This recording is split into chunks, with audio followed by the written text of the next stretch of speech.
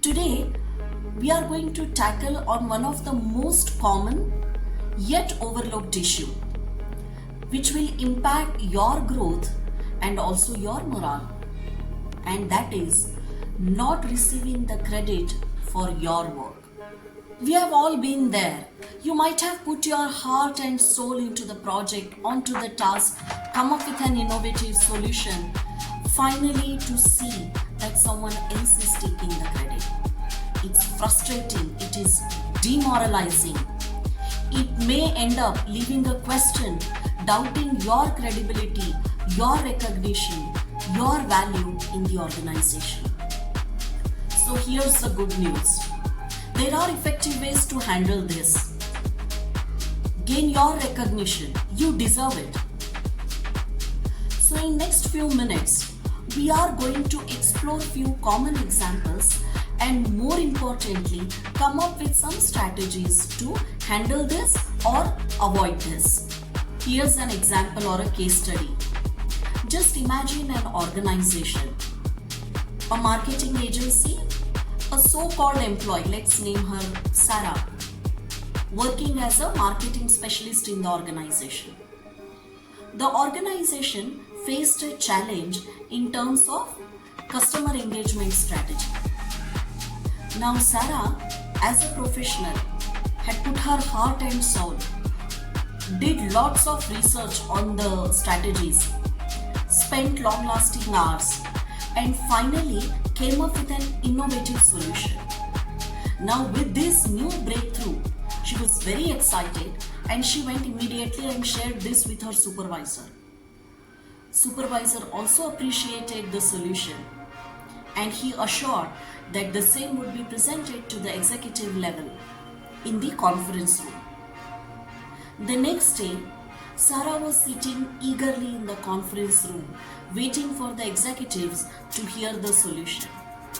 And that did happen. Executives heard the solution and also appreciated and approved. But the solution was heard as the supervisor's thought process and his built solution. Sarah was devastated.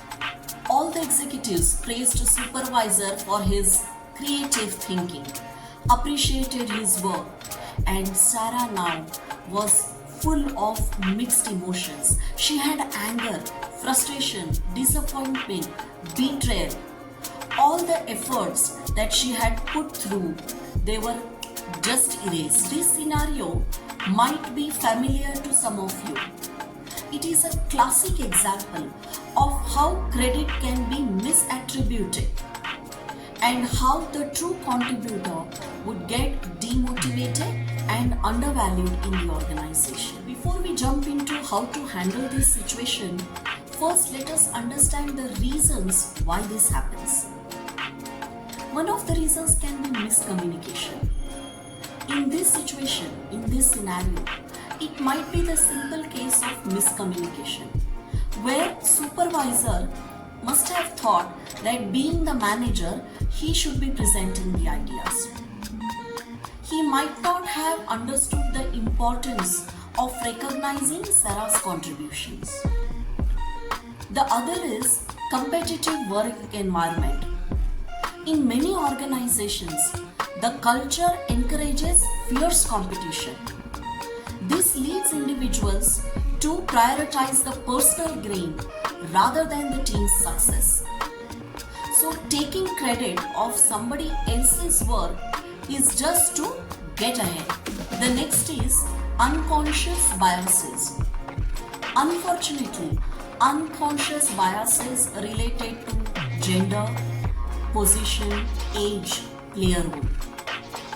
Some people might attribute ideas unconsciously to people who fit into their mental map as a leader or an innovator. In some cases, it is poor leadership skills. With some managers, like in our scenario, they may simply lack the leadership skills to recognize and elevate others' contributions. The other reason is fear and insecurity. Sometimes people take credit of others' contribution simply because they are insecure of their own contributions, and they also have fear of being seen as redundant. Understanding these factors is not the excuse for the behavior.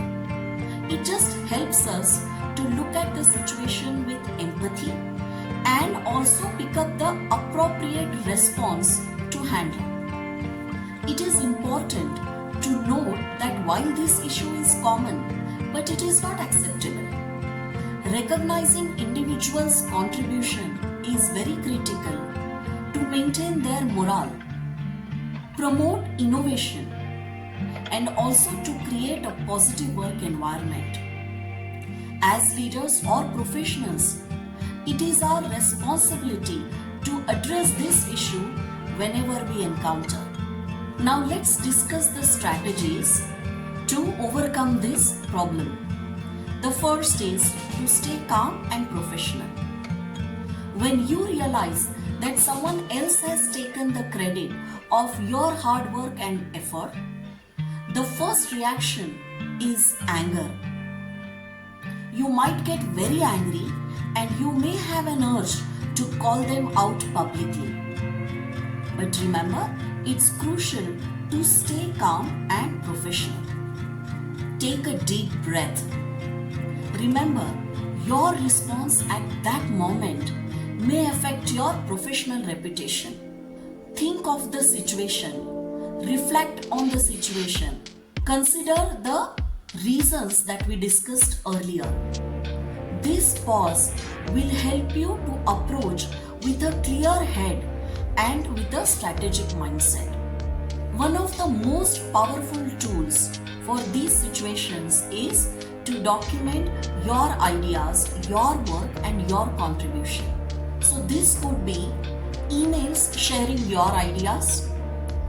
The other could be notes or minutes of meetings where you presented your ideas. The third could be drafts or iteration of your work or ideas. And the fourth could be project management tool entries where your task and progress is tracked. Having these documents serves your two purposes. One, it boosts your confidence in addressing issues. And second, it acts as concrete evidence if required. Next is communicate effectively. Once you have gathered your thoughts and evidence, it's the time to address situation directly. Schedule a private conversation with the person who has taken credit for your work. To make it simpler, let us take the example of the previous case study or the scenario that I discussed, the Sarah's case. Now let's assume that Sarah has called for the private meeting and now she is addressing her supervisor. So how would she do that? So here's something that she can take it up. She may say, hey, I want to discuss with you about the yesterday's presentation. I was surprised to see that when you presented the strategy to the executive team, my contribution was not mentioned.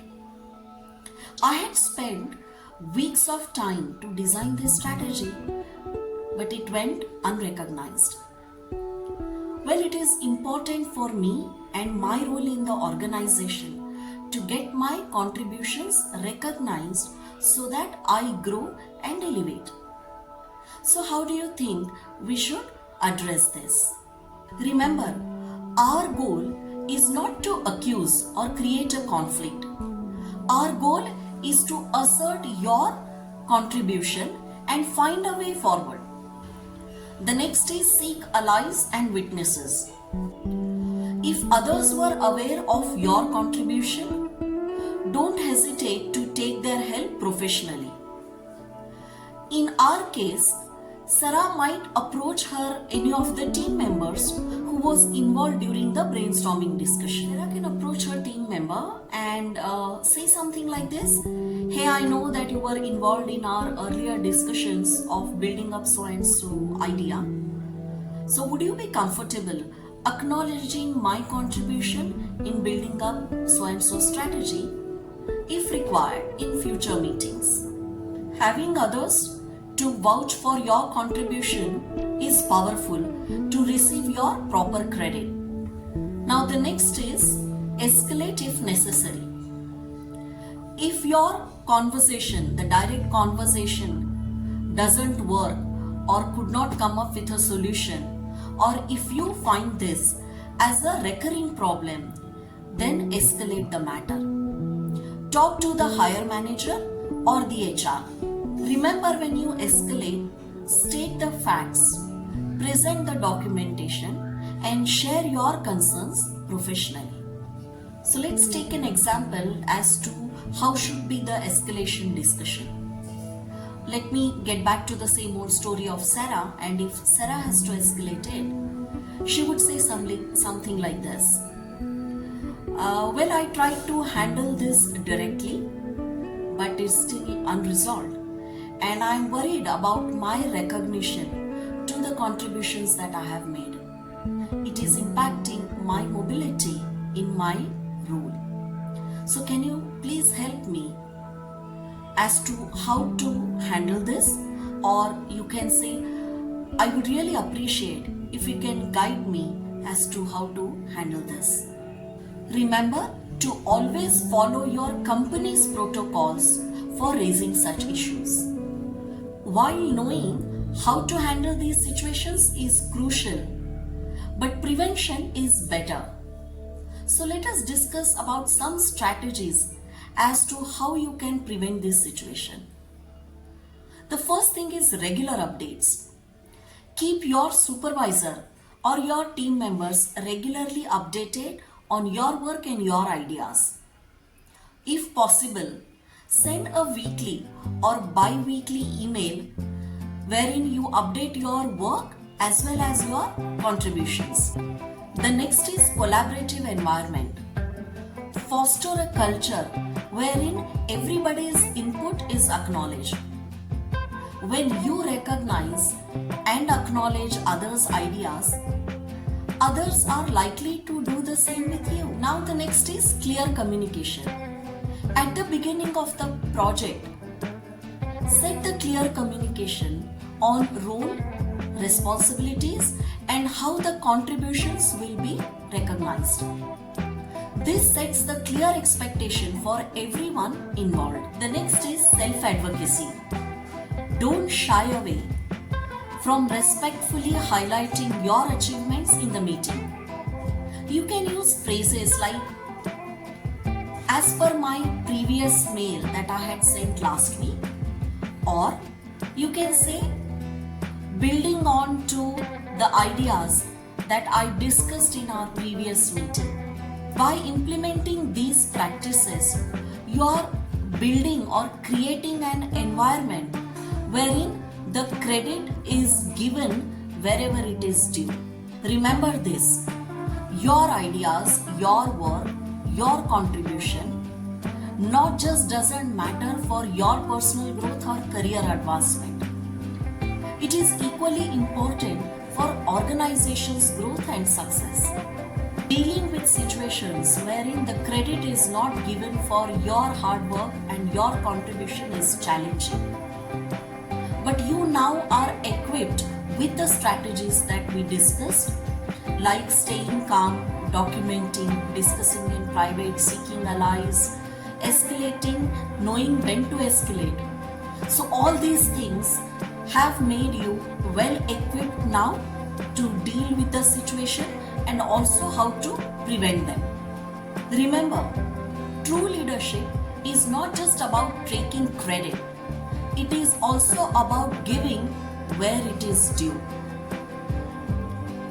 Standing up for your contributions and acknowledging others' contributions is what the true leadership, wherein you are then creating a positive, innovative, and a healthy work environment for everyone. Thank you for watching this video. I believe in your potential to lead with integrity and make a difference in your workplace. Until next time, keep innovating, keep contributing, and never hesitate to shine a light on your achievement. Thank you.